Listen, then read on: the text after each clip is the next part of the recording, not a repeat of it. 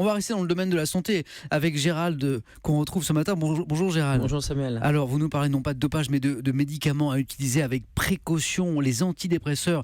Gérald, dites-nous d'abord quelle est leur utilité et pourquoi on en prescrit ? Oui, et qui ne sont pas des dopants d'ailleurs, ce ne sont pas des euphorisants. C'est-à-dire que si vous n'avez pas de symptômes dépressifs, vous n'avez pas de troubles dépressifs, il n'y a aucun effet. Donc il faut les utiliser bien sûr avec précaution, mais ils sont indispensables pour soulager des symptômes d'une vraie maladie qui s'appelle la dépression, en particulier la tristesse, le ralentissement moteur qui caractérise la dépression nerveuse.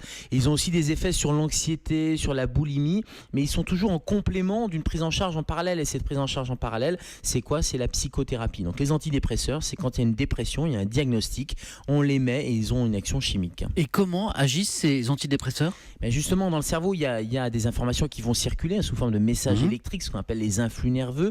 Entre les cellules neuronales, entre les neurones, il y a des échanges chimiques avec des neurotransmetteurs. On a tous entendu parler de la sérotonine, de la noradrénaline. Et bien, ces antidépresseurs vont jouer sur ces circuits, sur la concentration de ces neurotransmetteurs. Donc, il y a plusieurs familles, il y a plusieurs modes d'action. Et en fonction des symptômes, en fonction du type de symptômes qu'on veut traiter, on va choisir, et les psychiatres ou les médecins vont chercher telle ou telle famille d'antidépresseurs. Gérald, est-ce qu'il y a des risques de dépendance et si oui, comment s'en préserver ?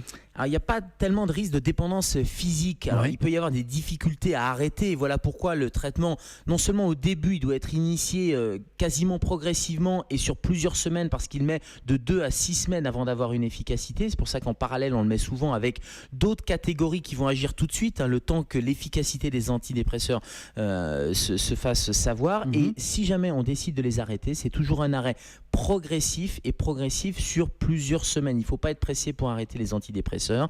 Et en parallèle, il y a surtout une psychothérapie de soutien. L'idée, c'est de ne pas arrêter ces médicaments du jour au lendemain, d'avoir cette psychothérapie de soutien qui va prendre le relais. Et puis, il y a d'autres alternatives, et je pense en particulier à la luminothérapie qui peut être intéressante et qui a montré ses effets quasi aussi efficaces que les antidépresseurs. Merci beaucoup, Dr Kierzek, pour ces bons conseils. Encore une fois, on vous retrouve à 10h dans Allo Europe 1 avec Thomas Touroud, et nous, on se retrouve demain, bien sûr, dans Europe 1. Bonjour.